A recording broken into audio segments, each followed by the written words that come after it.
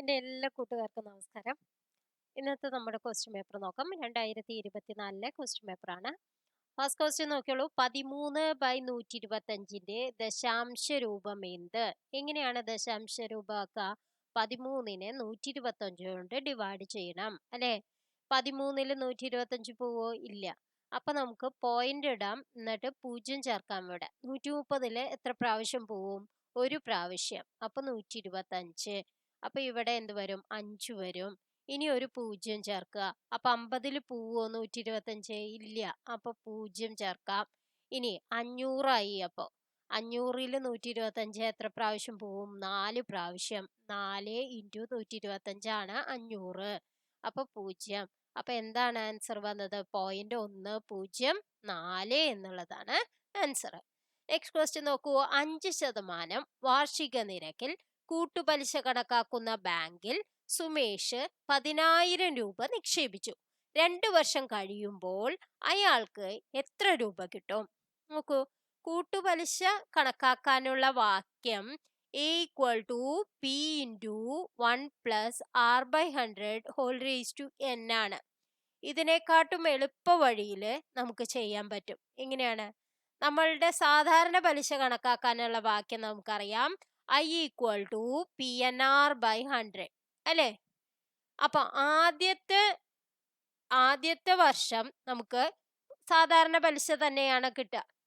പിന്നത്തെ വർഷമാകുമ്പോഴാണ് ആ പലിശയിലും പിന്നെ ഒരു പലിശയും കൂടി വരുമ്പോഴാണ് നമ്മളൊക്കെ അത് കൂട്ടുപലിശയാവണത്.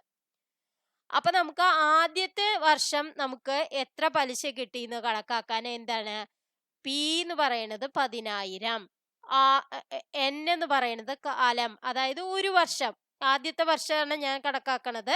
അപ്പൊ ഒരു വർഷം ഇൻറ്റു R/100 എത്രയാണ്? 5/100.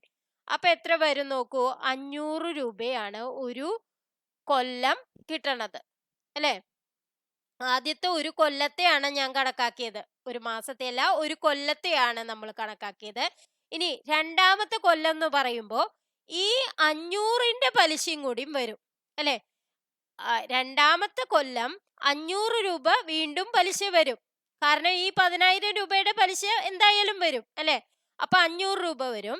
പിന്നെ ഈ 500ന്റെ 5% കൂടിയും വരും. അപ്പൊ 500ന്റെ 5% എന്ന് പറയുന്നത് എത്രയാണ്? 25 രൂപയും കൂടിയും വരും. അപ്പൊ ആകെ രണ്ടാമത്തെ കൊല്ലം കിട്ടണത് എത്രയാണ്? ആദ്യത്തെ കൊല്ലത്തെ 500 രൂപയും പിന്നത്തെ കൊല്ലത്തെ 500ഉം പിന്നെ ഒരു 25ഉം. അപ്പൊ 1025 രൂപയാണ് പലിശ ഇനത്തില് കിട്ടണത്. അപ്പൊ മുതലും പലിശയും കൂടി എത്ര വരും? 10,000ന്റെ കൂടെ ഈ 1025ഉം കൂടി കൂട്ടുക. അപ്പൊ എന്താണ്? 11,025 എന്നുള്ളത് ആൻസർ കിട്ടും. നിങ്ങൾക്ക് ഇത് ചെയ്യാണ് വെച്ചെങ്കിൽ നിങ്ങൾ എന്ത് ചെയ്യും? 1 + 5/100 whole raised to 2 എന്ന് വരും അല്ലെ? അപ്പൊ 105/100 × 105/100 ചെയ്യണം. അപ്പൊ അതിനെക്കാട്ടും എളുപ്പ വഴിയാണ് നമ്മൾ ആദ്യത്തെ ഒരു കൊല്ലത്തെ സാധാരണ പലിശ കണക്കാക്കുക. എന്നിട്ട് രണ്ടാമത്തെ കൊല്ലത്തിലും ആ സാധാരണ പലിശ തന്നെ ഉണ്ടാവും.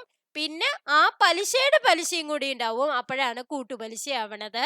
അപ്പോഴാണ് അത് 25ആണ്. അപ്പൊ 500ഉം 500ഉം 2 കൊല്ലത്തിലും കിട്ടി. പിന്നെ ആ 500ന്റെ ഒരു പലിശയും കൂടിയും കൂട്ടി, അതാണ് 25. അപ്പൊ 1025 രൂപ.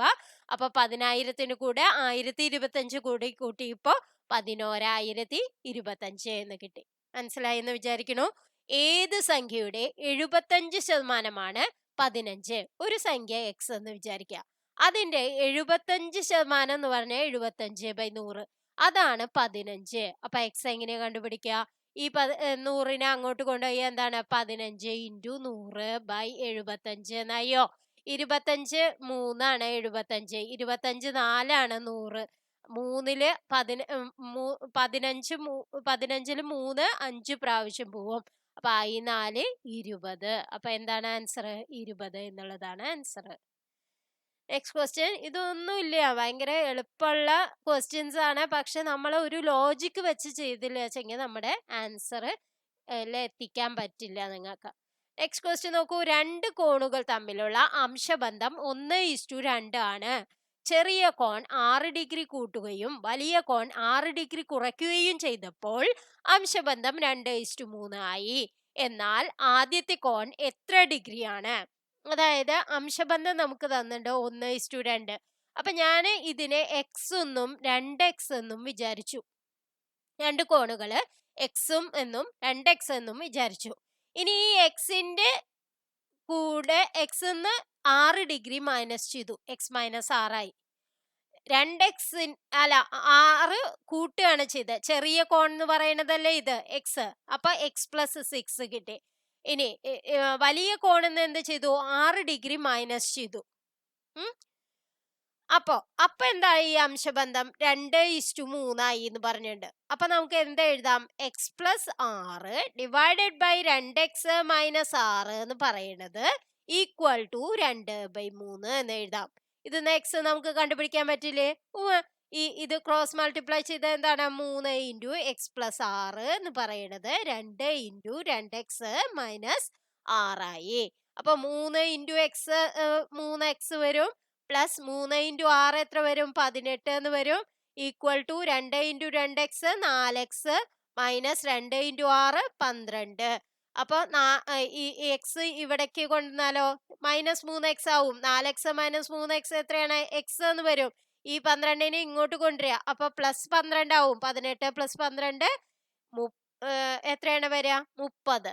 അപ്പൊ എക്സ് 30 ആണ് എന്ന് കിട്ടി. അപ്പൊ ഏതാണ്?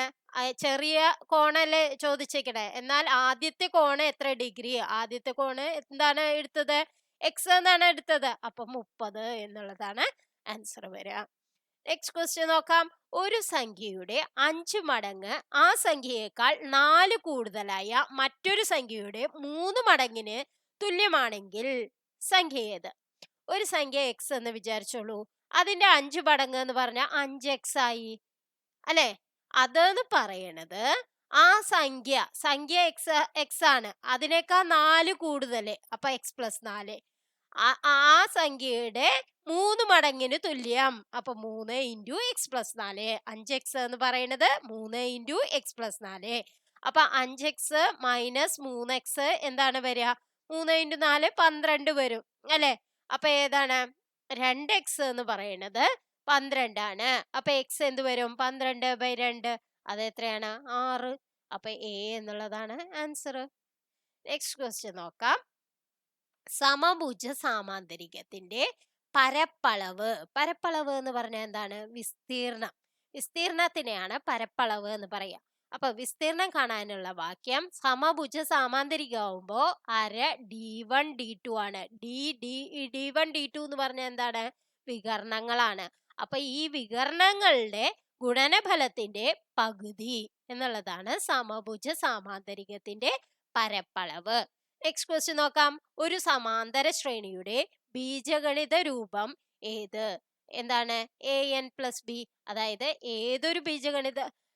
ഏതൊരു സമാന്തര ശ്രേണി എടുത്താലും അതിന്റെ ബീജഗണിത വാക്യം നമ്മൾ എങ്ങനെയാണ് പറയുക? ഇപ്പൊ ഉദാഹരണം പറയാം. 5n + 3 അല്ലെങ്കിൽ 6n + 2 ഇങ്ങനെയൊക്കെയാണ് നമ്മൾ എഴുതുക. അപ്പൊ an+b അതായത് nth term tn = a+n-1 into d ആണ് അല്ലെ? അപ്പൊ നമുക്ക് ഇതിന്ന് എന്ത് എഴുതാം? a+nd - d അല്ലെ? അപ്പൊ ഇത് എന്ത് എഴുതാം? dn പ്ലസ് a-1 a-d എന്ന് വരും. a-d ഒരു കോൺസ്റ്റന്റ് ആണ് അല്ലെ? അപ്പൊ an+d എന്നുള്ളത് വാക്യം എഴുതാം. an+b എന്ന് എഴുതാം. അപ്പൊ നെക്സ്റ്റ് ക്വസ്റ്റ്യൻ നോക്കാം. ഒരു ക്ലോക്കിലെ സമയം 9:30 ആണെങ്കിൽ മിനിറ്റ് സൂചിയും മണിക്കൂർ സൂചിയും തമ്മിലുള്ള കോണളവ് എത്ര? 9:30 എന്ന് പറഞ്ഞാൽ ഒരു സൂചി 9ലും ഒരു സൂചി 6ലുമാണ് നിൽക്കുക അല്ലെ? അപ്പൊ അതിന്റെ ഇട എന്ന് പറയുന്നത് എത്രയുണ്ട്? 9നും 6നും ഇടയില് 6 കഴിഞ്ഞാൽ 7, അപ്പൊ ഒരിടയായി 8, ഒരിടയായി 9, ഒരിടയായി. അപ്പൊ 3 ഇടകളാണുള്ളത്. ഓരോ ഇടയ്ക്കും 30 ഡിഗ്രി വീതമാണ്. അപ്പൊ എത്ര ഡിഗ്രി ആയി? 90 ഡിഗ്രി ആയി. ഇനി ഈ 9 വലുത് അല്ലെ? ഇവിടെയാണ് വലുത് എങ്കിൽ നിങ്ങൾ എന്ത് ചെയ്യണം? ഇതിന്റെ കൂടെ ഈ മിനിറ്റിനുള്ള ഡിഗ്രി എന്താവും? 30 മിനിറ്റ് ആണ് വെച്ചെങ്കിൽ 30/2 ഡിഗ്രി ആവും. അതായത് 15 ഡിഗ്രി. ആ 15 ഡിഗ്രിയും കൂടി കൂട്ടണം. അപ്പൊ 90 ഡിഗ്രിയും 15 ഡിഗ്രിയും കൂടി കൂട്ടിയാൽ എത്രയാണ്? 105 ഡിഗ്രി. അപ്പൊ സി എന്നുള്ളതാണ് ആൻസർ. വേഗത്തിൽ ചെയ്യാനുള്ള വഴിയാണ് പറയണേ. കാരണം 9നും 6നും ഇടയ്ക്ക് 3 ഇടകൾ ഉണ്ടെന്ന് ഞാൻ പറഞ്ഞു. പക്ഷെ ആ 90 ഡിഗ്രി വരില്ല. കാരണം എന്താണ് 9 കഴിഞ്ഞ് 30 മിനിറ്റ് കഴിഞ്ഞു എന്ന് പറഞ്ഞിട്ടുണ്ടെങ്കിൽ ആ അവർ ഹാൻഡ്, അതായത് മണിക്കൂർ സൂചി കുറച്ചും കൂടി നീങ്ങിണ്ടാവും അല്ലെ? ആ നീങ്ങിയതാണ് നമ്മള് ഇതില് നോക്കണത്. ആ നീങ്ങിയതും കൂടി കൂട്ടിയാലാണ് നമുക്ക് ആൻസർ കിട്ടുന്നത്. നെക്സ്റ്റ് ക്വസ്റ്റ്യൻ നോക്കാം.